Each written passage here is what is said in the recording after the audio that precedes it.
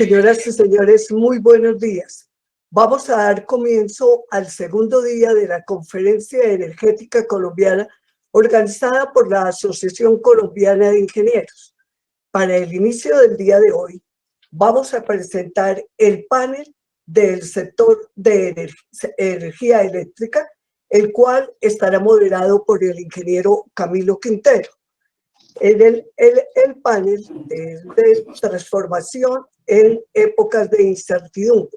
Ingeniero Quintero, lo dejo del uso de la palabra como moderador del panel y él hará la presentación. Adelante. Doctora Luz Marina, muy buenos días a todas las personas que en la mañana de hoy están viendo este evento tan importante en el país para hablar de energía, para escuchar a las personas que tienen una opinión muy bien formada y agradecerles también la oportunidad que me dan para estar, digamos, al frente de este panel. En el día de hoy, pues, estamos con la doctora Sandra Fonseca. La doctora Sandra Fonseca es ingeniera electricista, tiene una maestría en Inglaterra, un MBA, y tiene una experiencia muy amplia en el sector colombiano. Fue comisionada de la CREG, directora de la comisión, gerente del Grupo Energía de Bogotá, y en este momento está representando al gremio de Asoenergía. Tenemos también al ingeniero Jorge Valencia. Jorge es ingeniero civil, también tiene una maestría, tiene una especialización en el tema de negocios, una persona con una amplia experiencia, estuvo en ISA, estuvo en XM, en varias empresas del sector, en el comité asesor de comercialización durante mucho tiempo, frente a la UCME y en este momento en la CREG. Tenemos al doctor Fernando Barrera, economista con doctorado en Oxford, una persona con 25 años de trayectoria en el tema de mercados y con una imagen en Colombia de mucha credibilidad. Y tenemos al ingeniero Fernando Gutiérrez. Él también es ingeniero electricista, también tiene un MBA y tiene una trayectoria también muy grande, en particular con las empresas. Estuvo en Termoflores, ha estado en Engesa durante 16 años y 16 años que han sido de mucho éxito para la compañía y pues para su trayectoria profesional. O sea que estamos con un grupo de personas muy de alto nivel y espero pues que podamos tener una conversación más que unas preguntas. Yo creo que es orientar una conversación y que esa conversación pueda, digamos, llevar al país a tener una mejor visión de lo que se vive en el país en este momento en lo que tiene que ver con energía. Yo he preparado unas diapositivas, espero pasarlas muy brevemente, son muy sencillas, pero tratando de hacer un recuento interno en torno a un tema que para mí resulta muy importante, que es el del cargo por confiabilidad, que abre la puerta para hablar de otros temas. Entonces voy a proyectar mis diapositivas. Me confirman, por favor, si ya las están visualizando. Sí, señor. Bueno.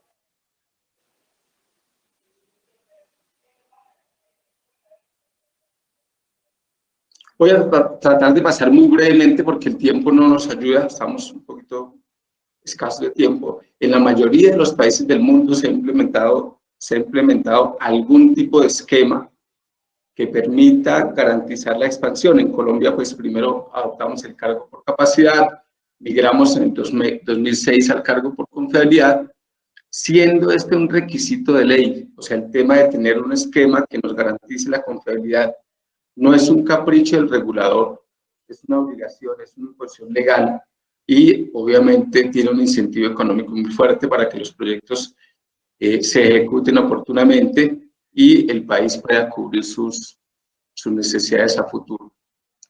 Pues aquí tengo una lista de todas las que han sido las asignaciones de obligación de energía firme entre el 2014, 2015, 13 y 14, pues esto no lo voy a pasar muy rápidamente, ¿cierto? Porque son datos que pues fácilmente se podrían consultar. Desde el 2008 pues han habido varias subastas. Aquí tenemos las subastas del año 2008, los resultados de la subasta reloj descendente, donde entraron carbón, fuel oil y también entró hidro con Amoyá.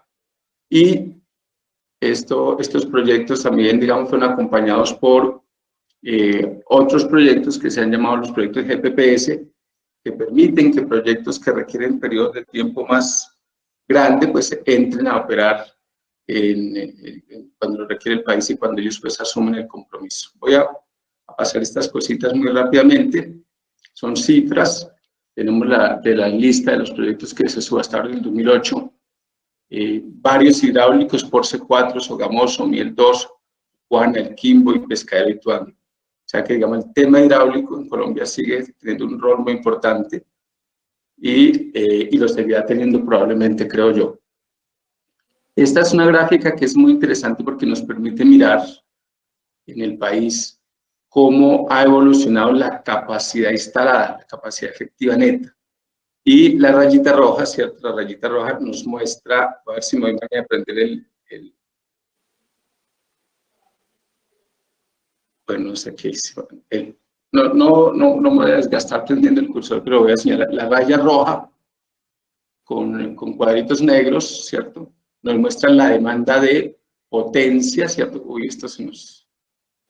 La demanda roja con punticos negros nos muestra la demanda de potencia.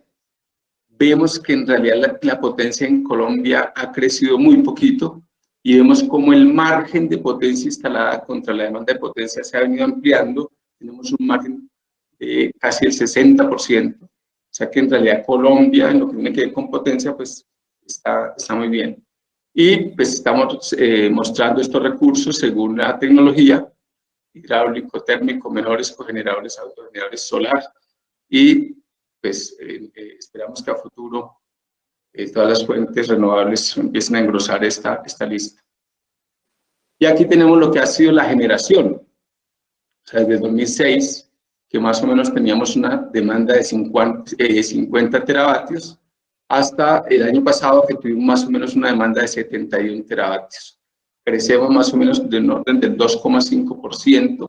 Sin embargo, cuando miramos las proyecciones que hace la UCME, normalmente estamos trabajando sobre escenarios del 3 e incluso superiores al 3%.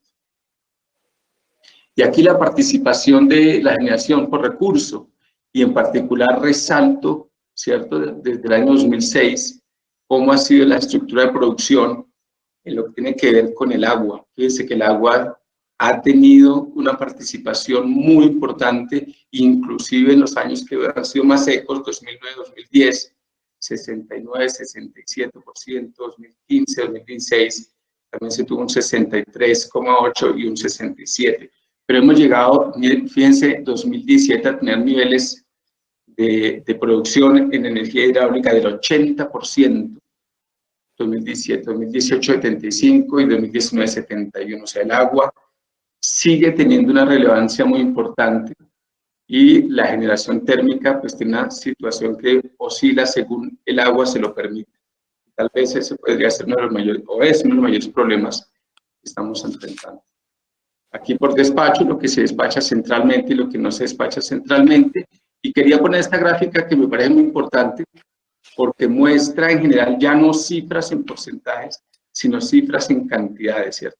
Y vemos cómo el agua ha ganado de todas maneras una escala más alta en los últimos, desde el año 2017, pues ha entrado Sogamoso, ha entrado el Quimbo, en general ha entrado más recursos, y pues esperamos que entre la generación térmica, que siempre vive fluctuando, y la composición de generación térmica despachada centralmente por recurso. Vemos cómo el gas ha tenido unos años en que su participación baja considerablemente, y la del carbón, por el contrario, ha venido incrementándose un poco.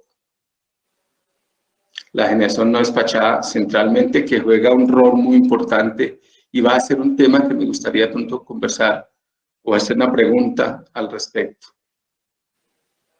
Y los resultados de las obligaciones de energía firme 2022-2023, que muestran unas asignaciones diarias, unas obligaciones diarias de 164 gigavatios hora día, que no dejan de ser importantes, teniendo en cuenta que más o menos la demanda del país hoy por hoy debe estar alrededor de 200 gigavatios hora día, un poquito más, un poquito menos, depende del día. Y quería mostrar para cerrar, ¿cierto?, después de ver cómo ha evolucionado la potencia, cómo ha evolucionado la energía, viendo que el país ha tenido un margen importante, pero viendo que de todas maneras se han presentado dos fenómenos del Niño que siempre han generado mucha discusión. Un indicador que yo nunca le había parado bolas, que lo llamé el indicador de precios de los contratos de energía regulada, contra el IPP, donde tomamos como referencia el año 2000, febrero del año 2000, y miramos cómo se presenta la variación de precios del IPP, el indicador del DANE, índice de precios al productor, frente a la variación de precios de la energía, mostrando que en realidad pues, hay una diferencia importante. Y un tema que no deja de ser preocupante siempre para el país, que tiene que ver cómo evolucionan las restricciones en el país y cómo evolucionan las tarifas de transporte. Vemos que más o menos las tarifas de transporte en pesos constantes de diciembre de 2019 tienden a permanecer constantes, pero recordémonos que la transmisión se paga con la metodología de ingreso regulado, que eso implica que si la tarifa más o menos permanece constante, pues hay un incremento importante de ese ingreso regulado que está absorbiendo el crecimiento de la demanda. Y las restricciones, que pareciera ser una variable incontrolable, según esta gráfica, que no le puede uno encontrar tendencia alguna o comportamiento modelable, y que es una de las, digamos, motivantes de la expansión que realiza la UMA. Pues digamos que ese es el resumen que yo quería como presentar de forma muy breve, para que ustedes tuvieran en la retina esos resultados, porque se ha hablado mucho sobre el cargo, si el cargo es, si el cargo no es, si tiene, si no tiene. Se espera del cargo que dé las señales de expansión en el largo plazo, mediano y largo plazo, pero también se espera que sea la señal a través del precio de escasez que me permite la coordinación entre los diferentes recursos para, en el corto plazo, garantizar que el esquema asegura la confiabilidad. Y ahí viene pues la primera ronda de preguntas que yo quisiera hacer. Voy a desprenderme un poquito de lo que tenía planificado porque me toca ir y volver y no quisiera pues perder en esa dinámica el tiempo, que va a ser muy importante. Yo quisiera hacer una pregunta a cada uno de ustedes, ¿cierto? Empezando tal vez por la doctora Sandra, respecto a, desde su propia óptica, sí me gustaría saber en el tema del cargo, ¿qué ha sido lo bueno, muy brevemente, y qué ha sido lo malo, en su opinión, de ese cargo que nos genera tanta discusión, doctora Sandra? Y pues después iríamos Fernando, Jorge y Fernando Barrera al final, para poder dar una vuelta completa sobre el tema del cargo. Bueno, buenos días a todos. Muchas gracias a CIEN, muchas gracias a Enercol. Para mí es un placer estar con ustedes en este panel. Les agradezco mucho su apertura y su apoyo. Un saludo muy especial a todos mis compañeros de panel y por supuesto al doctor Camilo. La pregunta es muy interesante. Lo primero que tengo que decir es que mi opinión en este panel está referenciada a cuál ha sido el impacto, digamos, del cargo por confiabilidad en términos de la demanda y, por supuesto, hablo por los usuarios no regulados, pero cuando uno habla de la demanda en general le aplica los criterios a todo el mercado. Quisiera decir que consideramos que el cargo ha sido efectivo en términos de la confiabilidad de largo plazo. Y eso es evidente pues por lo que acabaste de mostrar. Hay un sinnúmero de proyectos que han venido entrando y se ha venido, digamos, logrando alcanzar una confiabilidad en el sistema que yo quisiera resaltar, y es que realmente, a pesar de que se han demorado algunos proyectos, a pesar de que algunos proyectos no han entrado, los proyectos que finalmente han entrado, pues han logrado cubrir, digamos, la confiabilidad de largo plazo. Sin embargo, quiero resaltar que hay una desacople, por lo menos descoordinación entre la confiabilidad de largo plazo y la confiabilidad de corto plazo, porque claramente cada vez que hay un efecto de sequía o de falta de lluvias, inmediatamente enfrentamos una posibilidad de intervención, una posibilidad de cambio de reglas. En este momento, por ejemplo, tenemos una interinidad en el tema del estatuto de riesgo de abastecimiento que habrá que resolver. Pero dejando eso a un lado, que supongo que lo discutiremos un poco más adelante, la gran preocupación de la demanda es la eficiencia en el mecanismo del cargo por confiabilidad.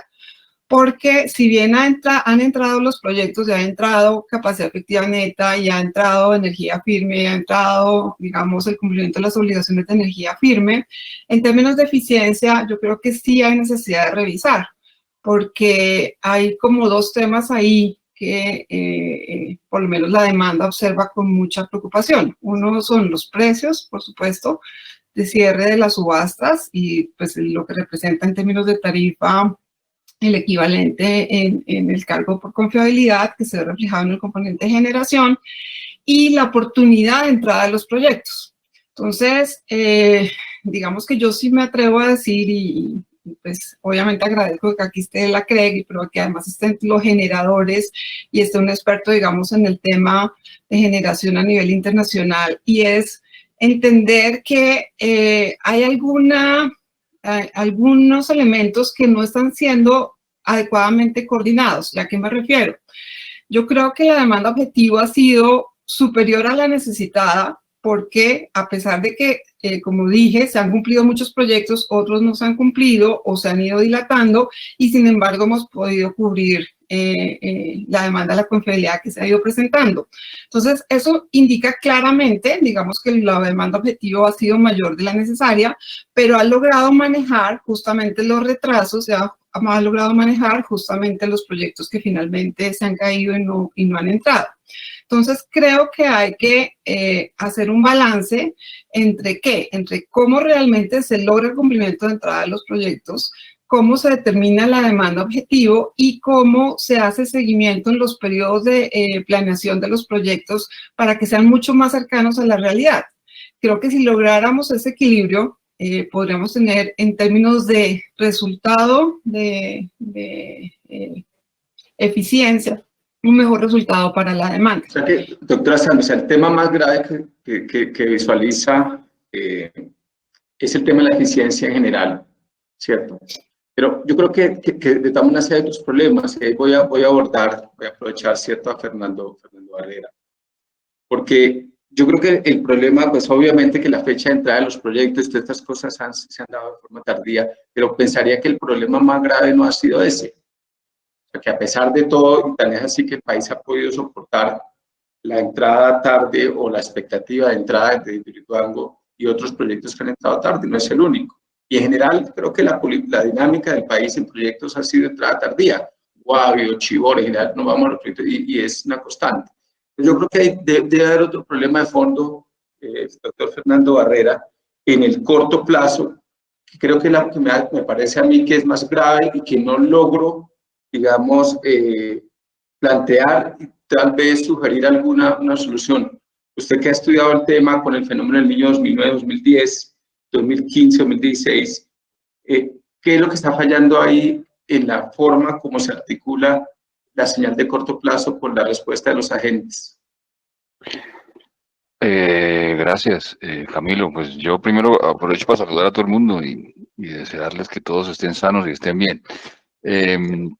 A ver, yo creo que la doctora Sarna tiene razón en que en el tema de la expansión ha habido problemas serios.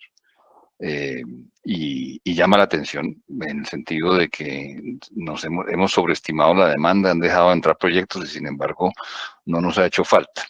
Imagínense ustedes que hubiera entrado miel, termocol, por C4, qué precios hubiésemos visto. Entonces yo creo que nos hemos equivocado un poquito de eso y el resultado claro en la estimación de la demanda es que hemos utilizado la prorrata muchas veces, que yo creo que es el principal problema del cargo. Si les digo la verdad, porque hicimos un cargo para cambiar de cargo por capacidad para irnos a un cargo de mercado y finalmente terminamos asignando por prorrata no sé cuántos años. Pero en la operación hay un problema que yo no estoy completamente seguro de que esté relacionado con el cargo. El cargo exacerbó algunos de los problemas. Yo creo que en el primer precio de escasez tan bajito sí generó unos problemas gravísimos de incumplimiento de obligaciones de energía firme, porque definitivamente era un nivel muy bajo el precio de escasez con respecto a lo que era razonable. Y últimamente hemos empezado a ver de que a pesar de que el precio de escasez no es un problema, pues surge un problema que en realidad yo no lo atribuiría al cargo, Camilo, sino yo lo atribuiría al hecho de que en Colombia nos olvidamos del efecto que tienen los contratos sobre la formación de precios en bolsa. Y ese es un problema sistemático. El cargo lo exagera, porque el cargo haciendo, yo sé que el doctor Jorge Valencia no va a decir que el cargo sea un contrato financiero, pero tiene muchas características de contrato financiero. Y entonces el cargo termina exacerbando el problema porque en realidad es una posición contractual adicional.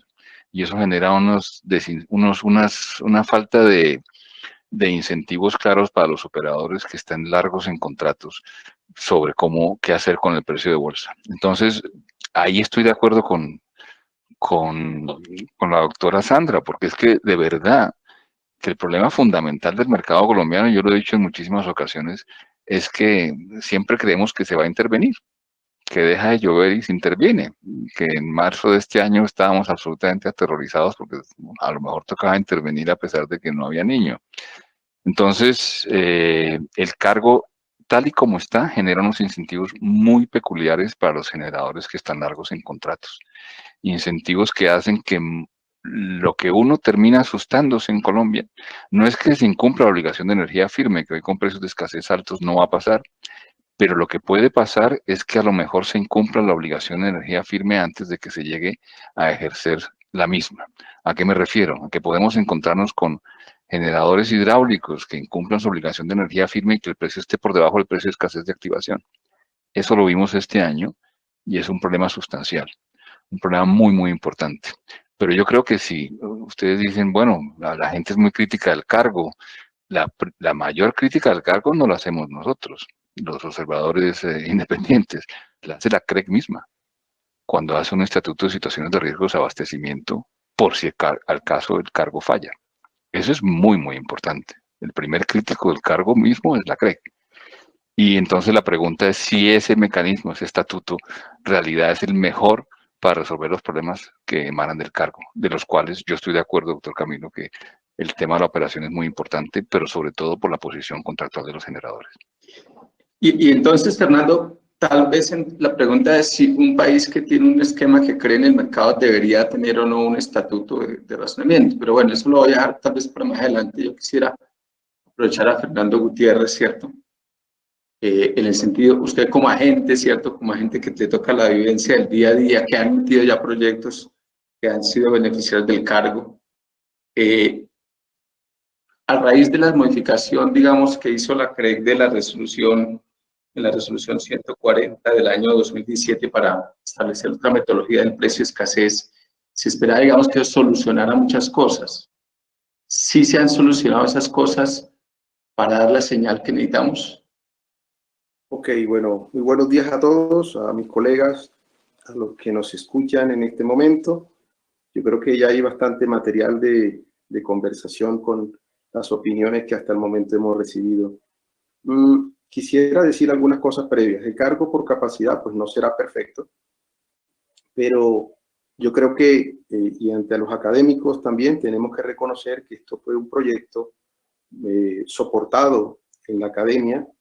Recuerdo un par de años antes, del 2007, se inició este trabajo, con mucho estudio, muchos análisis, muchos debates con la industria y lógicamente con un regulador que arbitraba buscando una cosa esencial, la confiabilidad.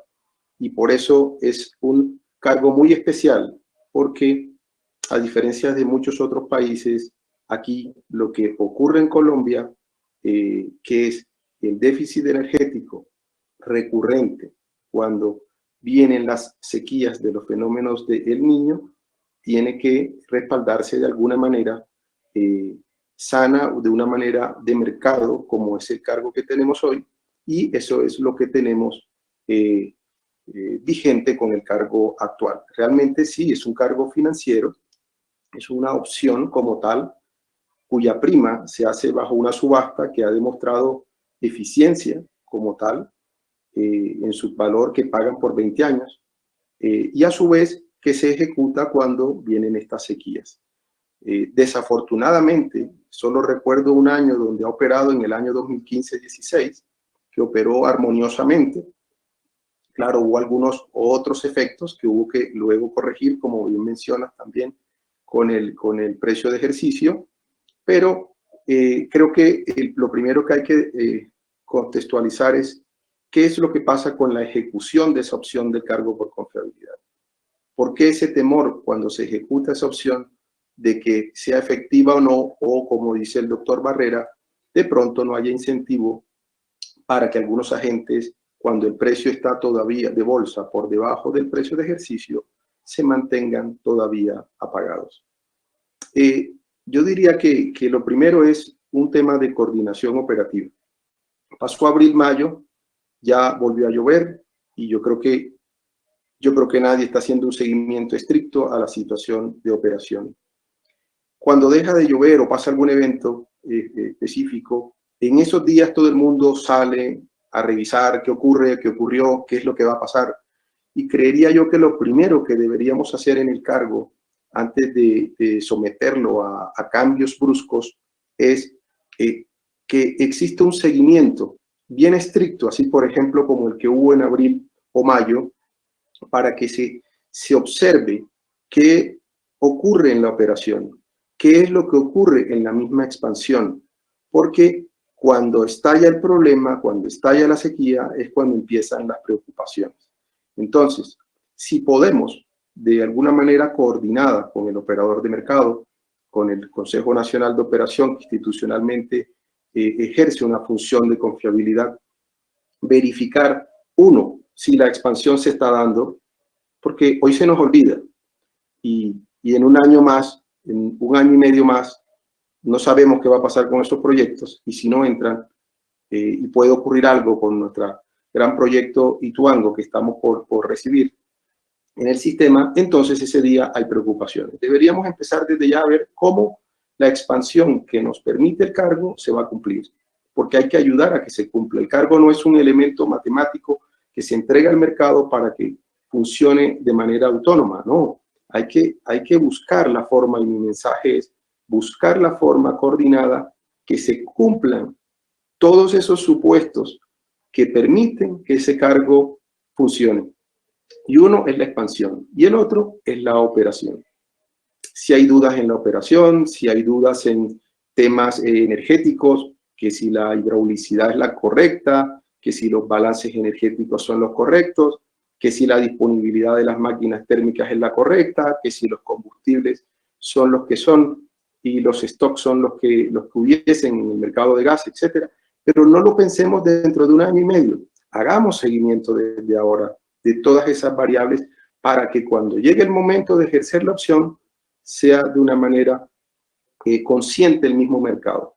Y allí, para cerrar tu pregunta, es algo importante el precio de escasez, porque al final lo que ha hecho el regulador después del año 2015 fue dar una señal para que se usara el LNG, el gas licuado, y de alguna manera buscar una eficiencia en el precio de ejercicio, que creo que es positivo porque de alguna forma estamos logrando que la demanda de energía quede cubierta con unos precios razonables, con unos precios de mercado internacional por lo menos, y de alguna otra forma permitir que los agentes que puedan usar este combustible puedan generar sin incurrir en grandes pérdidas.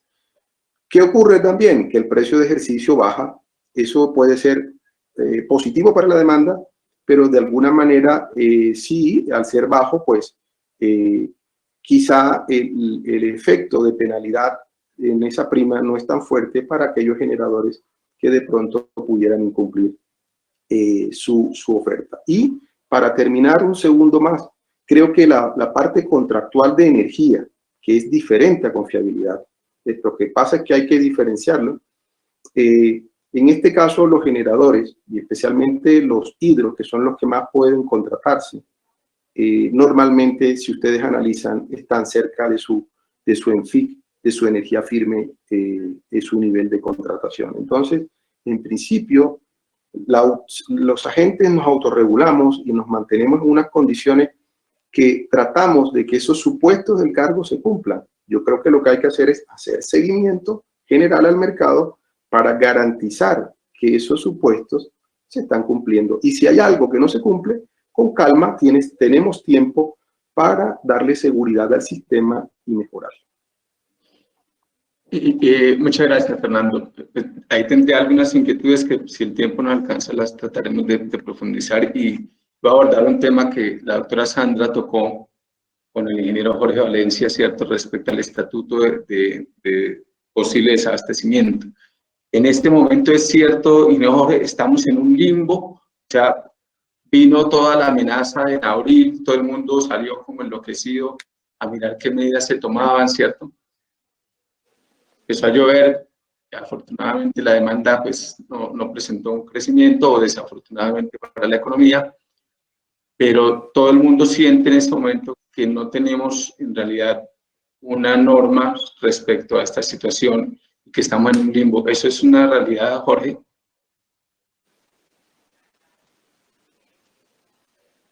A ver, muy buenos días a todos.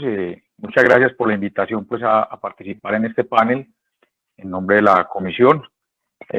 Yo quería hacer referencia a varias cositas. Para tranquilidad de Fernando, nosotros todas las semanas monitoreamos la situación energética del país y las condiciones operativas. Eso es un tema de la comisión, inclusive ni siquiera es solamente del comité de expertos, y tenemos claridad en este momento de lo que está pasando no solamente en el corto plazo, sino a mediano y largo plazo. De hecho, si ustedes revisan los análisis de los documentos presentados en los temas de subasta de reconfiguración y en otras resoluciones que se han sacado relacionadas con el cargo y con el estatuto de riesgo de desabastecimiento de los últimos años, han obedecido análisis de mediano y largo plazo que está haciendo la comisión. Y ahí me refiero también a un tema importante que señalaron Fernando, y ya voy a pasar al tema de estatuto de riesgo de desabastecimiento, lo voy a hilar con eso, Camilo. O sea, no es que te vaya a esquivar la pregunta, sino que voy a hilar los diferentes comentarios para hablar del tema. Entonces, hay un tema que mencionó tanto Sandra como Fernando en cuanto a la eficiencia y a la efectividad del mecanismo de expansión, del cargo como mecanismo de expansión. Lo primero pues sería señalarle a Fernando que efectivamente si hubieran entrado POSE 4, Miel 2 y Termocol, es muy probable que la subasta no se hubiera hecho en el 2019, no en el 2020 o en el 2021, o que no se hubiera hecho subasta en el caso de POSE 4, que fue antes del 2012, en el 2012 y no en el 2014. O sea, eso es una cuestión de tiempos. Cuando un proyecto falla, pues hay que mirar cómo se reemplaza. Cuando falló Hidroituango, se tuvo que salir a hacer la subasta del 2019 para el 2022 porque había un riesgo, y ahí entro al análisis de eficiencia que plantea Sandra. Había un riesgo de que Hidroituango no entrara en el periodo pues, que se estimaba. Entonces se identificó que ese riesgo se materializaba pues, más concretamente en el año 2022. Entonces, y pues hay un elemento adicional que estamos evaluando en la comisión que es importante que tengan presente, y es que ya los proyectos no se toman 4 años como otrora se tomaban para el desarrollo, ni siquiera una planta termoeléctrica. Hoy una planta termoeléctrica que se demore 3 años es porque ya tiene licencia ambiental, ya tiene una serie de cosas. Es más, los proyectos que están demorando 3 o 4 años son los proyectos que son ampliaciones o proyectos que ya estaban prácticamente decididos, ya estaba listo todo en el momento de adjudicación del cargo, y logran salir en 2 o 3 años, plantas pequeñas, pero que ya tienen la consecución de los lotes, todo el tema de licencia ambiental, todo el tema de conexiones, que es un tema crítico, que se está volviendo un tema crítico, la expansión de redes en el sistema, la confiabilidad en el futuro del país. No va a pasar por el tema de generación, sino que está pasando ya está pasando por el tema de transmisión, y no nos podemos olvidar de eso. La transmisión en este momento es un elemento crítico en el cumplimiento de los objetivos de confiabilidad del sistema a mediano y largo plazo. Entonces, pues para no ponerlo muy lejos, estamos muy cerca de que Bogotá empiece a tener dificultades operativas si no entra a la subestación norte. Y esto no es un tema que me lo estoy inventando yo, ni que lo saque ahora de oportunismo y que porque quiero desviar la atención, no. Estoy hablando, Fernando ahí veo que asiente con su cabeza cuando yo digo este tema, es porque Fernando, que es el generador, digamos, mayoritario en el área oriental, es consciente de la dificultad que estamos teniendo con la expansión de la realización de la subestación norte y las dificultades operativas en que pondría esto ante un eventual, digamos, como casi se materializa en el mes de marzo, que bajó la demanda y se dieron otras condiciones, pero casi se materializa en el mes de marzo con la salida, digamos, preventiva que realizó en el grupo Enel de la planta de la cadena de Paraíso Huaca. Entonces, todo esto son riesgos que nosotros estamos evaluando. Nosotros ya no estamos haciendo una especificación determinística estrictamente de la demanda, sino que estamos mirando de la demanda objetiva, sino que estamos mirando cuáles son las condiciones de riesgo de que se materialicen ciertas situaciones en el mediano y largo plazo para poder establecer entonces cuál va a ser esa demanda objetiva. Y eso me trae entonces a que cuando se hizo la subasta del 2022-2023 hubo horror, ¿no? Que es toda esa energía firme que se contrató. Bueno, la noticia es que de la que se adjudicó en la subasta, se presentaron garantías como por el 30% menos de la energía adjudicada, ¿sí? Y de esa energía adjudicada ya tenemos en riesgo, y no es Hidroituango, no estoy hablando de Hidroituango, ya tenemos en riesgo, o más bien ya se presentó un informe de que no va a llegar nuevamente ni el 2, hay un informe de atraso de más de 2 años, hay riesgo de llegada de proyectos en donde la conexión está jugando un papel importante, como ya lo dije. Incluso en los últimos meses hemos ido analizando ajustes en las reglas en conjunto con la UME para el tema de conexiones, para que se puedan dar inclusive conexiones temporales o este tipo de situaciones mientras, o esquemas suplementarios para la operación, o otra serie de soluciones técnicas para que los proyectos puedan entrar en operación mientras se termina la expansión que está diseñada y en ejecución, en teoría. Cuando digo en ejecución es en procesos de licenciamiento y demás, para poder que la confiabilidad se materialice. Bueno, entonces, miren que estoy enlazando todos estos temas, aún así, aún con toda la energía firme que se contrató o que se adjudicó más bien en la subasta de febrero del 2019, el precio, y ahí toco el tema de eficiencia que mencionó Sandra, el precio fue $2 por debajo del precio que se tenía en su momento. Entonces, la subasta el mecanismo de subasta que se utilizó esta vez dio unas señales de eficiencia en precio, o pues de un precio más eficiente, y ese precio lo vamos a empezar a ver en el 2022. O sea, ese precio no se ve ya, se empieza a ver en el 2022, pero ya tenemos una asignación de precios que da algunas señales de eficiencia. Entonces, todo este análisis, ¿por qué se los traigo? Porque el Estatuto de Riesgo de Desabastecimiento lo diseñó la Comisión en su momento, estamos hablando del año 2012, 2013, si mal no recuerdo, pero realmente se aplicó un preestatuto en el año 2010 con el tema de energía embalsada no suministrada, algo así se llamaba. Y entonces, ese Estatuto de Riesgo de Desabastecimiento lo estableció la Comisión como una condición, digamos, para tratar de corregir algunas situaciones que se pueden presentar en el corto plazo en el mercado. Y ahí Fernando tiene razón, hemos estado haciendo unos análisis, incluso con ellos, y hemos estado con Fernando y otro grupo de asesores que han estado asesorando al Ministerio de Minas y Energía, hemos estado realizando unas discusiones en el marco del programa de transformación energética y otra serie de situaciones que se presentan, y efectivamente encontramos que a mediano plazo tenemos que hacer alguna revisión del tema, pero en este momento el estatuto está. Lo que pasa es que lo que no está vigente son los mecanismos automáticos de activación, pero el estatuto está vigente, las reglas están vigentes. Lo que pasa es que hoy el mecanismo de activación que está funcionando, si mal no recuerdo, la resolución es la 125, algún número pues de resolución de este año, en donde se dijo, mire, mientras la CREC define los indicadores que van a seguir rigiendo para la activación del estatuto, el CNO y el CND van a entregar unos informes semanales que se están entregando todos los miércoles, y en esos informes semanales van a hacer un análisis con base en estos criterios. Y el ministerio y la CREC van a tomar la decisión si se activa o no. En este momento, efectivamente, no estamos en un riesgo. Hay que aclarar una cosa: no estábamos en riesgo de suministro en el mes de abril. Estábamos viendo era un riesgo de suministro en el próximo verano. Que las condiciones climáticas han cambiado hacia favorabilidad para efectos del embalsamiento. Perfecto.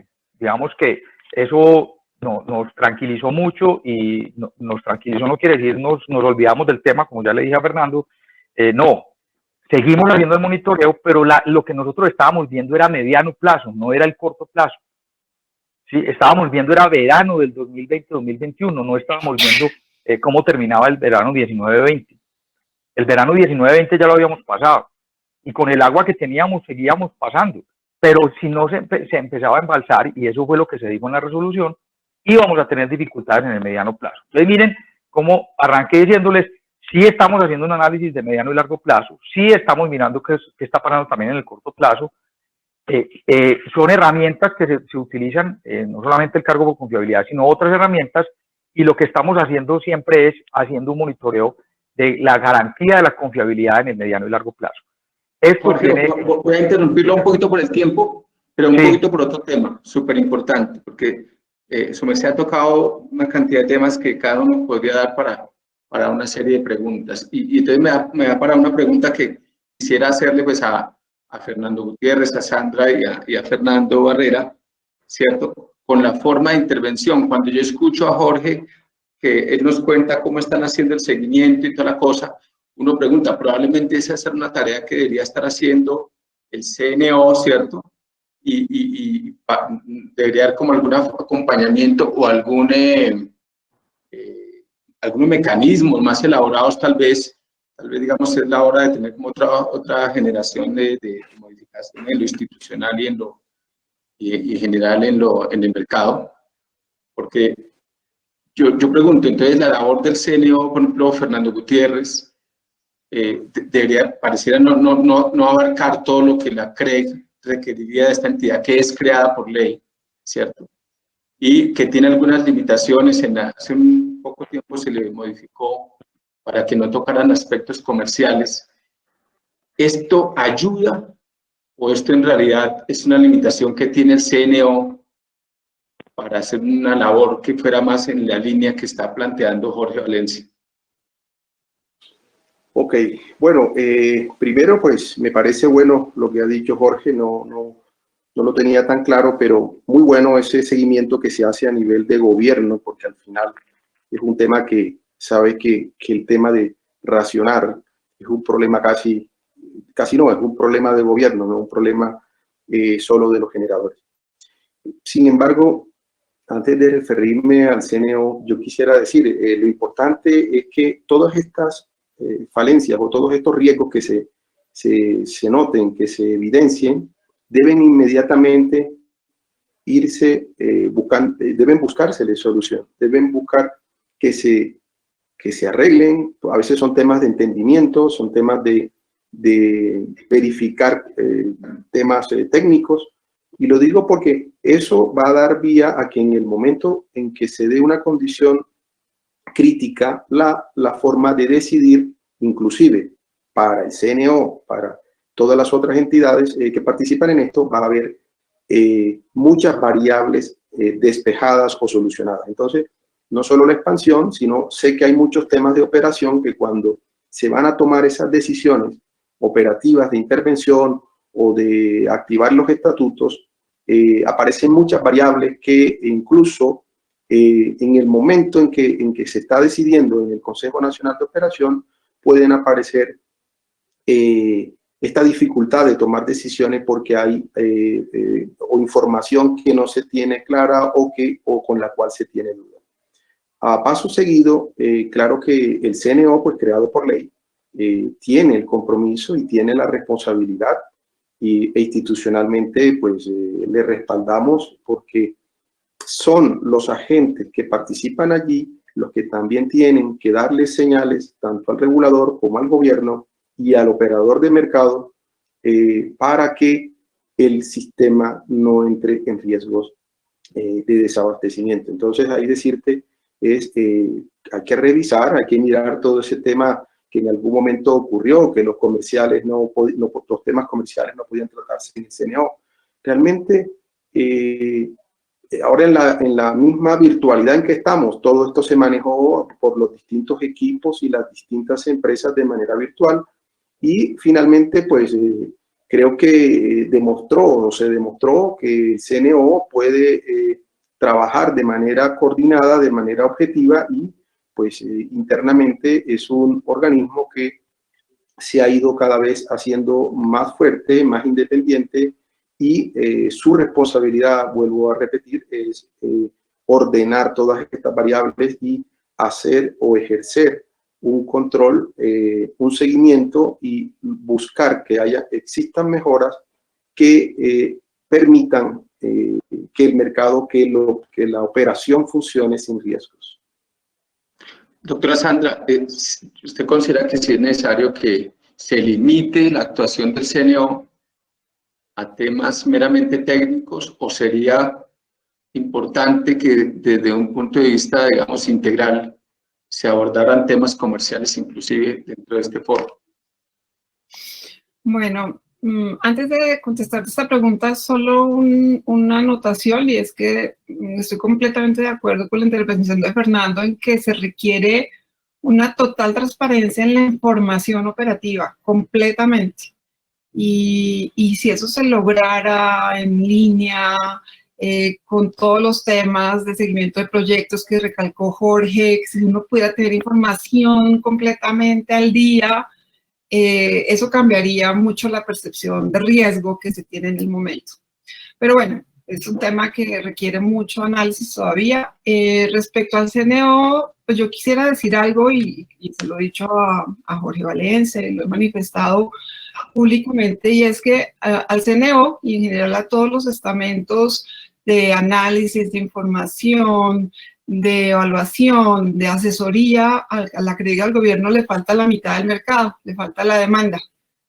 Entonces, lo primero que hay que hacer en el CNO y en todos los demás estamentos es incluir a la demanda, porque es que no pueden decir que es que la demanda no tiene nada que ver en la operación, o traten de operar sin demanda a ver qué pasa. Todas las decisiones del CNO tienen, la demanda no tiene ningún acceso a los análisis en tiempo real, a los análisis del operador, a los análisis de los agentes. Entonces, lo primero que de alguna manera pedimos y hemos pedido y creemos que es completamente justo y necesario es que la demanda se incluya en todas las, digamos, estamentos de análisis de evaluación y de asesoría. Porque es que la demanda es la mitad del mercado. La demanda es la mitad. Sin demanda no hay equilibrio en el mercado. Pero lo otro que yo diría respecto a, en general, los análisis que se hacen en el cargo por confiabilidad, los análisis que se hacen en el CNO, los análisis que se hacen de la información que se tiene en el mercado, es que uno no puede ser, digamos, iluso y creer que las decisiones operativas no tienen efectos comerciales. Que prohíban decir la palabra comercial en el CNO, pues realmente no tiene ningún sentido, porque todas las decisiones operativas y todas las decisiones técnicas tienen efectos comerciales. Que se diga que el cargo por confiabilidad no tiene que revisar temas comerciales es completamente falso, porque inclusive, que tú lo mencionaste, en el tema de plantas menores se le exige un respaldo comercial con un contrato para ser incluido en la demanda objetivo. Entonces, hay como un doble rasero en términos comerciales respecto a qué tiene efecto comercial o no. Entonces, más allá de que se discutan pues contratos o cosas típicamente, digamos, de otro índole, lo que uno sí tiene que hacer es un balance, digamos, de los incentivos que tienen los agentes, que tiene el mercado y el efecto que eso incluye en precios y en eficiencia. Porque Jorge dice, bueno, logramos bajar $2 en la última subasta. Claro, Jorge, por supuesto, y eso se ve reflejado, digamos, en el cargo por confiabilidad. Pero ¿eso está basado en qué? en las ofertas de 3 plantas a GLP, que solo pusieron ofertas garantizadas 2, de las cuales yo me atrevo a decir que su entrada por lo menos no está siquiera asegurada. Es decir, que ese efecto en precios finalmente se va a ver reflejado en precios del mercado de corto plazo y de largo plazo, porque no va a estar la capacidad efectiva neta, que es algo muy importante del cargo, no va a estar la energía firme y por supuesto no van a estar las obligaciones. Entonces, lo que yo digo es que hay que mirar el tema de manera integral, y creo que te lo he oído algunas veces en el sentido de que si bien el cargo por confiabilidad asigna riesgo individual a los inversionistas, uno no puede olvidar el efecto que tiene en el riesgo sistémico. Y por eso es que cuando se asignan las obligaciones, cuando se asigna el cargo, pues esa agua me da pena, pero ya no es de los hidroeléctricos, es de la demanda, es del mercado y se debe manejar así. Entonces, pues todo es, digamos, un conjunto de cosas, pero pues yo pienso que es tema de abrirnos y hablar claramente, tal como lo dice Fernando Gutiérrez, tal como lo dice Jorge y tal como lo dice Fernando Barrera, pues es el medio para hacerlo. Y creo que entre todos podemos construir un mejor resultado. Muchas gracias, Sandra. Fernando Barrera, Sandra toca un tema súper importante que es el tema del manejo del agua, ¿cierto? Pero ya como un agua que está comprometida, dado que tiene una remuneración por cargo por confiabilidad. Nosotros en el pasado teníamos los mínimos operativos, en fin, otros mecanismos, pero cada que hay un problema sale todo el mundo, o salimos todos, ¿cierto?, a tratar de resolverlo como un globo. Digamos, yo no sé si usted en los estudios que hizo para la gente de Acolgen a raíz de los niños pudieron analizar ese tema, digamos, ya desde el punto de vista de la responsabilidad que cada empresa adquiere, ¿cierto?, frente al sistema, para no tener que salir en un globo a resolver y llevarse por delante muchas veces a los que en general, digamos, podrían estar cumpliendo o dañar decisiones comerciales. ¿Debería haber algún esquema que permitiera tomar algún tipo de acción individual directa previa? Fernando. Sí, Camilo, pues muchas gracias. A ver, hagamos un poquito de historia. Lo bueno que tiene uno de trabajar en este sector es que se puede leer las resoluciones y los documentos soportes de la comisión. Acuérdense ustedes que cuando sacamos el cargo por confiabilidad teníamos los mínimos operativos. Y la CREG los abolió. La CREG los abolió diciendo, no necesitamos mínimos operativos porque tenemos el cargo por confiabilidad, es suficiente. Vino el niño 2009-2010, vino la compra de esta de agua embalsada y surgió el mecanismo del Estatuto para Situaciones de Riesgo de Desabastecimiento. Que yo en el fondo, si lo veo desde una perspectiva de política económica, lo que estoy diciendo es, hombre, este es el reemplazo de los mínimos operativos, con una diferencia, que los mínimos no se pagaban. Y el agua embalsada sí se paga. Entonces, yo a la CREG se lo he dicho y lo sostengo, yo creo que el estatuto termina haciendo que el cargo sea demasiado caro, porque creo que se está pagando por una intervención física cuando ya estamos pagando por una intervención financiera. Entonces, llama mucho la atención que, y es una parte que yo creo que es muy importante, y es que yo pensaría que si es necesaria una intervención física, que es el Estatuto de Situaciones de Riesgo de Desabastecimiento, es porque el cargo no funciona. Y si el cargo no funciona, tenemos que preguntarnos por qué.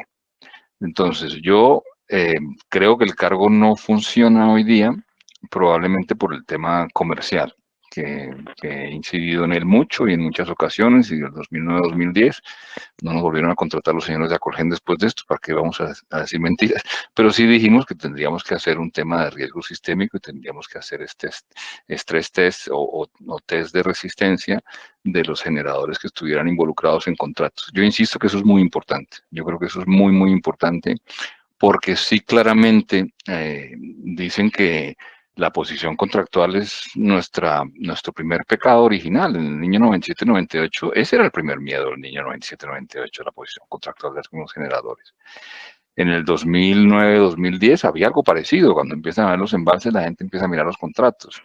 Y en el último episodio algo también similar. Entonces, yo creo que esa parte contractual y su efecto sobre la formación de precios en bolsa no está involucrada en ningún lado en Colombia. Y yo creo que es importante que se involucre. Y las propuestas que hicimos, y me gusta que Sandra lo ha mencionado, el tema de riesgo sistémico, yo sí creo, y en línea con lo que pusimos con Alfredo en el año 2009-2010, yo creo que sí es muy importante tratar de reflejar cuándo existe riesgo sistémico, cuándo lo está causando un generador específico y qué debemos hacer para corregirlos. Eso forma parte un poco de las propuestas que le hemos hecho al ministerio recientemente y que se han presentado a la comisión, como ha dicho Jorge. Y creo que es una pata que nos hace falta. No estoy seguro que del todo en el cargo por confiabilidad, porque en realidad, como digo, es un tema más vinculado al tema de contratos. Una cosa que es muy importante, que no se ha dicho y que yo creo que a veces se pierde yo lo he dicho en ocasiones, pero se pierde un poquito ese mensaje, es en Colombia solo podemos hacer investigaciones por abuso de posición de dominio, lo que son precios no equitativos o inequitativos. Ese estándar es súper alto, súper difícil de hacer. Y yo tengo entendido que la Super no ha sido capaz, o no ha podido, o la SIC no ha podido como demostrar que existe en algún momento del tiempo. Los países que tienen mercados mayoristas de estas características han cambiado el estándar de precios inequitativos a un estándar de precios no asociados a fundamentales. Yo creo que ese estándar es mucho más fácil de demostrar. Si uno logra demostrar que un generador que tiene poca agua está haciendo ofertas de precio bajo, claramente no está obedeciendo a sus fundamentales, está obedeciendo a su posición comercial. Y yo creo que eso debería analizarse, debería mirarse como se analiza en los Estados Unidos, como se analiza en Europa y en mercados que han descubierto que eso ocurre. Entonces, al final del día, dicen el CNO, ¿qué debe hacer el CNO? Hombre, yo creo que tenemos que mejorar la señal de precios, porque la existencia de un estatuto de situaciones de riesgo de abastecimiento lo único que nos dice es que no le creemos al precio de la bolsa. Y la pregunta es, ¿por qué no le creemos al precio de la bolsa? Y yo creo que mucho tiene que ver con la posición contractual. No. Muchas gracias, Fernando. Me parece ese es un punto Quisiera que un creo que... segundo, o al final, si quiere, cuando pase la ronda, un segundo. No, dale, Fernando, porque de todas maneras el tiempo ya empieza a agotarse. Bien, rápidamente, el doctor Barrera tiene razón en el tema del tema de los compliance. Yo creo que eso es un tema que hay que reforzar. Yo creo que el sector se siente orgulloso de tener un mercado. Las percepciones son distintas. Soy consciente de lo que decía el doctor Valencia sobre que el problema no era racionar en este invierno, el problema era lo que venía. Pero es lo mismo, o sea, el tema es, necesito que guardes ahora agua, pero lo que los agentes veíamos, tanto numéricamente, que se demostró precisamente en el Consejo Nacional de Operación, importaciones altas, demanda caída, no se veía recuperación como está sucediendo. Y bueno, cuando hay percepciones, siempre estará en regla lo que usted propone y me parece válido, el que siempre haya un organismo fuerte, independiente, pero con mucho conocimiento para que pueda auditar los comportamientos de mercado. O sea, eso independiente a lo que ocurrió en abril-mayo, pero lo que sí quiero dejarle como claro es, las percepciones son distintas, son distintas. Esto era previsible un poco numéricamente, o sea, los modelos matemáticos decían que esto era lo que iba a pasar. No necesariamente lo que pensara cada uno. Y sin embargo, había división, y había presiones, y había fuerzas de que hay que cambiar el código. Bueno, pero en general, comparto con usted que lo que sí tiene que haber es un organismo fuerte para que no se abuse de estas posiciones, como lo ha dicho, gastarse el agua sería un suicidio en un momento en que sabemos que esto está crítico. Sobre un punto que tocaste del estatuto, yo creo que eso de embalsar el agua al final no es que estén pagando doble, es algo como lo que veníamos conversando antes y es asegurar que el cargo se cumpla, porque para eso se está pagando. Entonces, claro, cuando un agente le guardan agua es porque básicamente le están diciendo un minuto, el regulador está diciendo un minuto, yo quiero que esto opere. Necesito que la térmica esté full, porque veo que una vez que se activa el cargo, me refiero, quiero que la térmica esté al máximo y el agua la quiero conservar como la estoy pagando. O sea, estoy haciendo que mi modelo se cumpla. Te voy a interrumpir porque pon detalles. Si yo tengo un agua que representa una energía, cuando esa agua llega al compromiso, ya no debería yo automáticamente decir, esta agua no la toco. Sí, O sea, pero que mira si lo que estamos mañana cae diciendo. otra gota de agua, generamos con esa otra gota. Pero lo que ya tengo comprometido, ¿hasta cuándo debo tocar ese límite? Yo Claro. como agente. Claro, el tema es ese, que la percepción de los agentes, eso difícilmente, o una entidad, como dice el doctor Barrera, muy fuerte, podría demostrar si alguien está usando mal o está usando su posición comercial versus su posición de confiabilidad. Sin embargo, lo que el estatuto está haciendo es eso, a ver, quiero que todos se comporten como yo estoy pagando el cargo por confiabilidad. Eso es básicamente lo que dice el estatuto. Entonces, si su agua dice que vale poca, yo le guardo el agua al precio barato y más adelante se la devuelvo. Pero ¿por qué le guardas? La primera agua que deberías tal vez guardar debería ser la del cargo, ¿cierto? Es decir, esta energía es la firme y aquí no toco más. Si cae agüita, pues la generamos, pero si no cae, no la puedo generar. No debería ser así. O sea, lo correcto es que no haya ninguna intervención. Como dice el doctor Barrera, que la gente se comporte, que cada agente se comporte de acuerdo a el deber ser, que es sostener la confiabilidad. Porque las empresas, cuando, no quiero ahora apartarme, pero tengo que decirlo, las empresas tienen que ser conscientes que su nivel de riesgo cuando vende energía va asociado con la misma condición de la confiabilidad del sistema. O sea, nadie puede vender más de lo que tiene, so pena de que también pudieran afectarlo o penalizarlo por abusar y vender más de lo que no tiene. O sea, eso es evidente. Sin embargo, le diría al doctor Barrera, en los últimos años los agentes se han contratado hidráulicos. Me tomé el análisis, de hacer el análisis con nuestros equipos porque sé que siempre hay esa pregunta. Y la verdad es que en promedio los 4 agentes más grandes se han contratado en promedio muy cercano a su ENFIC. Pero el punto va a que la gente debe comportarse bien. Sí, debemos ser fuertes o tener un compliance muy fuerte en el país. Estoy de acuerdo, debe ser así, porque eso también le da tranquilidad al mercado, al regulador, al gobierno. Pero el estatuto no es que esté regalando ni pagando nada doble. El estatuto no es más que está creado para ver, para hacer cumplir el cargo por confiabilidad. Como si la gente no lo hace porque tiene que ser así, pues lo obligan y le dicen, usted lo cumple. Y si su agua cree que vale poco, más adelante se la devuelvo barata. Pero si usted es consciente y guarda el agua como tal para permitir que se cumpla el cargo, pues lógicamente le tendré en cuenta para devolverle su dinero más adelante. Porque le estoy poniendo o forzando a comprar más caro. Pero creería que es coherente. Fernando, pero te hago una pequeña precisión. Yo no odio interrumpirme. Me acuerdo de Donald Trump en el debate anoche, pero cuando yo me refiero a que se paga 2 veces es porque al haber una intervención en nombre del cargo por confiabilidad, todos sabemos que las intervenciones generan sobrecostos. Eso por definición. Toda vez que hemos tenido que intervenir, 9, 10, 15, 16, eso ha generado un sobrecosto para la demanda, como la doctora Sandra lo podrá corroborar. A eso me refiero yo, que si el cargo funcionase bien, si la señal de precios fuese correcta, probablemente no necesitaríamos el estatuto. Y si no tuviéramos el estatuto, pues no habría que utilizarlo y tendría que ser más costoso. A eso me refiero en decir que completamente de acuerdo. Completamente de acuerdo con yo quisiera, si fuera perfecto, sería así. Para digamos, empezar a finalizar un poco el tema por el tiempo, tengo 2 preguntas que me parecen importantes para el ingeniero Jorge Valencia, ¿cierto? La primera está relacionada con algo que su merced citó, que es el atraso de proyectos en transmisión. Tenemos proyectos que han tenido atrasos de varios años, ¿cierto? Y situaciones en las cuales, por ejemplo, la demanda o un generador, qué sé yo, que ha pagado garantías y tiene que eternizar el pago de esas garantías para que estos proyectos, digamos, entren algún día.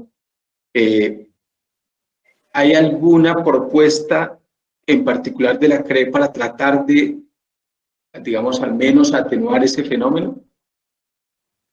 ¿Por qué la pregunta, Jorge? Por lo siguiente, nosotros hicimos una modificación en su momento, en la que se decidió continuar pagándole a los transportadores digamos, el compromiso que se adquirió si no entraban a tiempo y si la responsabilidad no era de ellos. Sin embargo, pues nadie en su momento llegó a pensar que un proyecto se iba a demorar 5, 6, 7 años, ¿cierto? Y, por ejemplo, en la metodología de transmisión y de distribución se hizo algún ejercicio en el cual a los transportadores se les reconocía ante orden público, por ejemplo, unos periodos de gracia, pero unos periodos de gracia que no se podían ir a infinito. Yo siento que de alguna manera está habiendo un vacío ahí, no sé si la CRE pues lo ha identificado o tiene cosas que nosotros no hemos podido ver porque ustedes tienen mejor información respecto a esa problemática que está hablando terriblemente grave. Un proyectico de 20 megavatios ya no puede conectar por una limitación de una línea, digamos, de un proyecto que está en atraso hace más de 4 años. Cosas así, y no solo en una parte, sino en varias. O alguna decisión de carácter técnico que permita darle una flexibilidad a la operación, bien sea por seguimiento de temperatura. Bueno, tantas cosas que a nivel internacional hay sobre eso. ¿Se está trabajando en ese sentido, Jorge? Sí, Camilo, yo lo mencioné ahora frente a, digamos, a la problemática que se está presentando, que mucha gente la ha tratado de atribuir a tiempos de planeación, a muchas otras cosas, y pues la realidad es que no, la realidad es que hay proyectos que se han planeado con suficiente anticipación, que se han adjudicado con suficiente anticipación, y Sandra es aquí consciente. Por ejemplo, Sandra vivió una situación de primera mano en el proyecto de Armenia, que hubo 2 torres de transmisión que no se pudieron hacer, y eso pues fue con demanda del Consejo de Estado y suspensión de obras por parte del Consejo de Estado y todo. O sea, estamos hablando de temas ya que trascienden a cualquier posibilidad de gestión de entidades como pues, la CRE no gestiona ese tipo de proyectos, pero digamos que hay cosas que no se pueden prever de ninguna manera. Los casos más recientes, pues lo que acaba de pasar con una medida preventiva o cautelar de la Procuraduría en el caso de la colectora de La Guajira. En otro proyecto que se está haciendo en La Guajira también recurrentemente tutelas para tratar de frenar una línea que la misma comunidad había pedido. Eso es lo irónico. Una línea de 115.000 voltios que se conoce como el Anillo de La Guajira, que la misma comunidad desde hace más de 10 años venía pidiendo, y cuando ya se está terminando la construcción, los desarrolladores del proyecto han tenido dificultades enormes por la aparición permanente de tutela. Entonces nosotros estamos mirando desde el punto de vista operativo y demás, nosotros estamos revisando integralmente, esperamos, no creo que este año lo teníamos como meta para este año, pero se nos atravesó un bicho, pero esperamos para el año entrante poder tener una propuesta de revisión integral de todo el tema de convocatorias del STN y del STR, acercando muchos aspectos en lo que se tiene que hacer, digamos, compatibles las cosas, compatibilizando fechas de entradas de proyectos, porque a veces ha ocurrido en los últimos años que por alguna razón el proceso de licenciamiento es mucho más expedito, o porque las líneas son más cortas o por cualquier otra razón. Entonces entra el proyecto o está listo el proyecto del STR, pero no se puede energizar porque no hay línea del STN que llegue. Entonces nos está pasando ese tipo de situaciones, y lo que dices, pues eso implica unos costos para las empresas, no solamente para, bueno, y cuando se junta que son 2 convocatorias, pues ahí hay unos temas que tenemos que mirar eso cómo se va a resolver. Entonces, todo esto... El tema tecnológico, que podrían hacerse algunas cosas tal vez, por ejemplo, en muchos países se hace seguimiento en temperatura en tiempo real, que es una cosa que XM tal vez podría ir implementando. Sí, todo eso se está evaluando, Camilo, todo eso se está evaluando, todas las posibilidades, como les decía, esquemas suplementarios, cuando son conexiones de generación, pues básicamente las limitantes de la generación están muy asociadas con contingencias. Entonces habría que hacer unos análisis, o estamos haciendo unos análisis adicionales a ver qué tipo de criterios se pueden establecer de pronto algunos de manera temporal, mientras entra la solución definitiva, o algunos de manera, digamos, permanente, cambios, ajustes permanentes en la forma en que se opera el sistema, si lo llegáramos a considerar hasta allá. Y eso todo se está haciendo, pues, el análisis, no solamente la revisión del código de redes en cuanto a los criterios de planeamiento, los criterios de operación, sino también, como les digo, en los temas de convocatorias, pues vamos a mirar qué elementos adicionales hay. Yo quería referirme a un tema de la polémica anterior, y es que a mí me llama la atención que Fernando habla de costos para el sistema como si el estatuto se aplicara cada año, o como si el estatuto se aplicara permanentemente. Y desde el año 2013 no se ha aplicado nunca. Desde que salió la resolución no se ha aplicado nunca. O sea, el estatuto ha estado vigente todos estos años y nunca se ha aplicado. Ni siquiera este año se aplicó. O sea, este año todo el mundo habla, entonces nos está pasando como lo del 15-16, ¿no? En el 15-16 nos apagamos para mucha gente en este país y no hubo racionamiento, ¿sí? Entonces, ojo con eso. O sea, el hecho de que estuvimos a puertas de aplicar el estatuto. Ahora, yo entiendo todas las dificultades que tiene el estatuto. Yo con esto no pretendo ni mucho menos negar las dificultades que hay. Nosotros estamos analizando todos esos temas. Estamos evaluando todos los temas que pueden tener, las implicaciones que puede tener en cuanto a costos, etcétera, etcétera. Todo eso está muy bien, eso es válido. Pero estamos hablando como si el estatuto se aplicara cada año, y esto es un estatuto que nunca se ha aplicado. Digamos las cosas como son, ¿sí? Nunca se ha aplicado. Lo que se aplicó en el año 2010, yo lo dije claramente, fue un esquema que sirvió como base para definir el estatuto. Pero el estatuto como tal nunca se ha aplicado. Entonces, y eso fue una única vez, un mecanismo de intervención que fue aprendizaje además, fue un proceso de intervenciones sucesivas, porque eso fueron, yo recuerdo esa época, y aquí todos estábamos metidos muy de lleno en el sector, y eso eran resoluciones ni siquiera de la CREC, del Ministerio de Minas y Energía, eran resoluciones sucesivas. Casi cada semana, cada 2 semanas había una resolución. Entonces, es importante que tengamos presente en las discusiones, cuando vamos a hablar de los costos y de las cosas, es lo que pudiera llegar a costar. Estoy de acuerdo que es un costo adicional, pero que le ha costado al país, el estatuto no se ha aplicado. Entonces, tengamos presente Sí. Jorge, qué pena te interrumpo. Digo que de todas maneras uno debe ser consciente que cada que ha habido un fenómeno, y es un tema que yo no quisiera, digamos, asignar como una responsabilidad, ni más faltaba, porque todos los que estamos aquí, como tú lo dices, de alguna medida hemos estado en un lado, en otro lado de la orilla, participando en las decisiones, ¿cierto? Pero de todas maneras los usuarios sí han pagado en cada uno de los, la demanda ha pagado en cada uno de los fenómenos del Niño costos que son imprevisibles por intervenciones que de pronto o fueron mal manejadas, o no fueron planificadas, o no tenemos un esquema de intervención que tal vez sea el más adecuado, y por eso el tema del estatuto pues gana mucha relevancia. No sé, Sandra tenía algo para cerrar. Yo quisiera decir, ojalá nunca se aplique, ojalá nunca tenga que aplicarse, o sea, sería ideal que todo funcionara maravillosamente.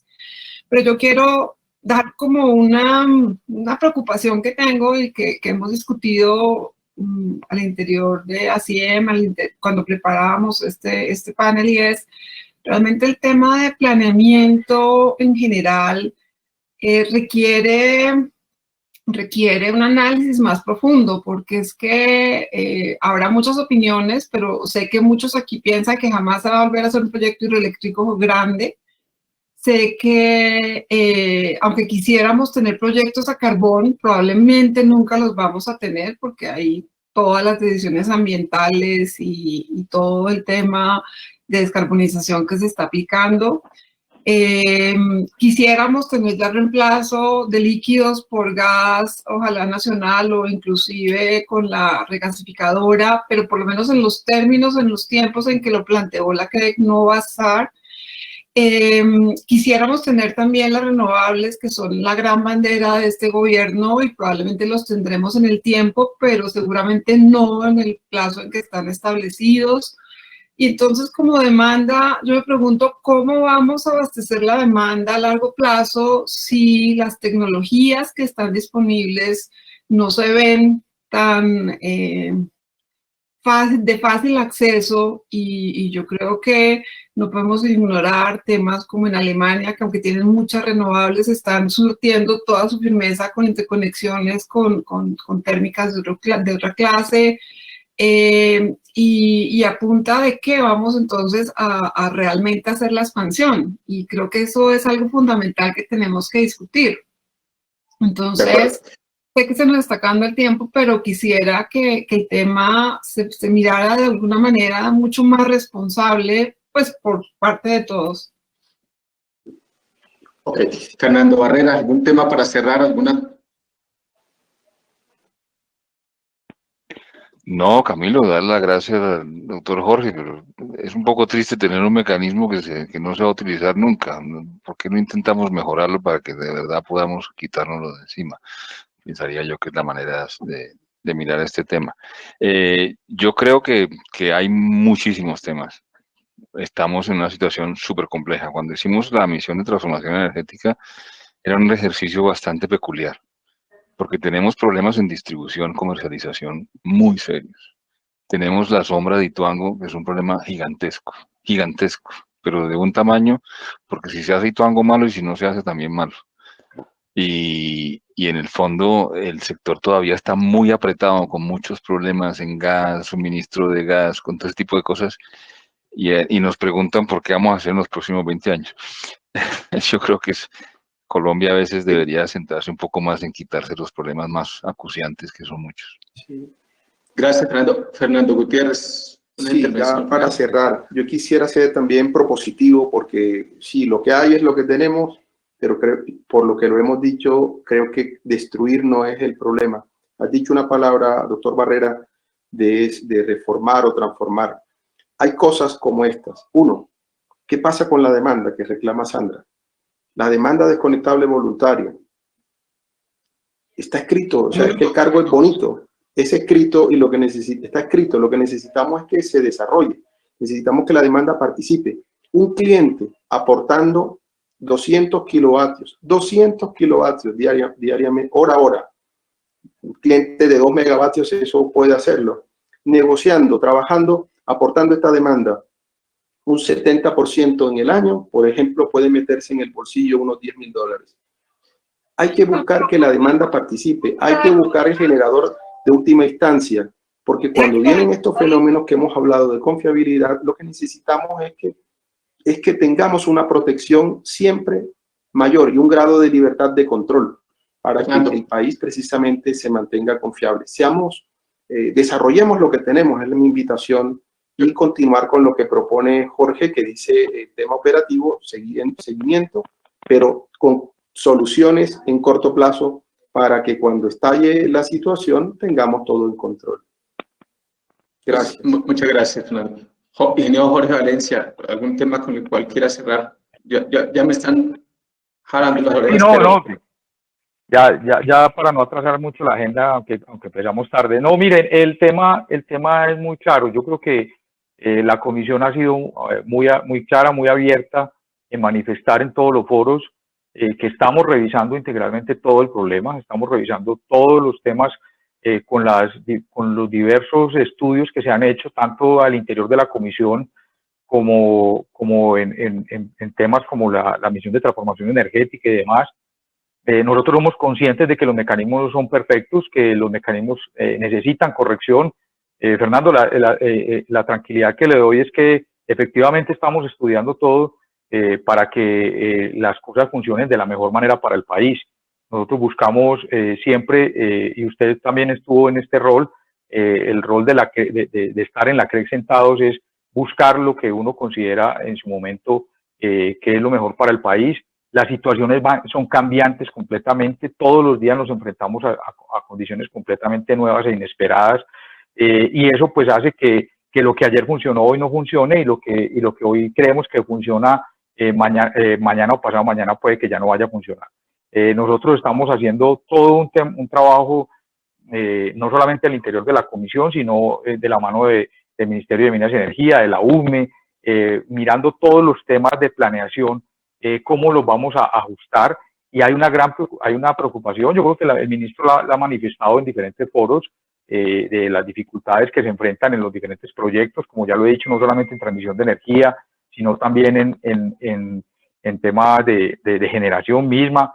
Y yo creo que el país tiene un reto muy importante y es entender que el abastecimiento energético del futuro depende de la posibilidad de desarrollar proyectos que, como lo señala la doctora Sandra, no solamente pasan por el sector eléctrico, sino por el sector energético como tal, como un todo, como es el tema de minería y energía, en el tema de carbón, si el país va a aprovechar ese recurso económico que tiene con tecnologías más eficientes que hay hoy. Es una decisión que tiene que tomar el país como país, si vamos a permitir el desarrollo de los grandes potenciales que tiene el país en temas de hidrocarburos y particularmente de gas natural, y eso es un tema que está asociado directamente con el costo no solamente del gas como insumo en los hogares y en las industrias del país, sino también como un insumo muy importante para el desarrollo energético del país y para ese complemento que requieren las renovables,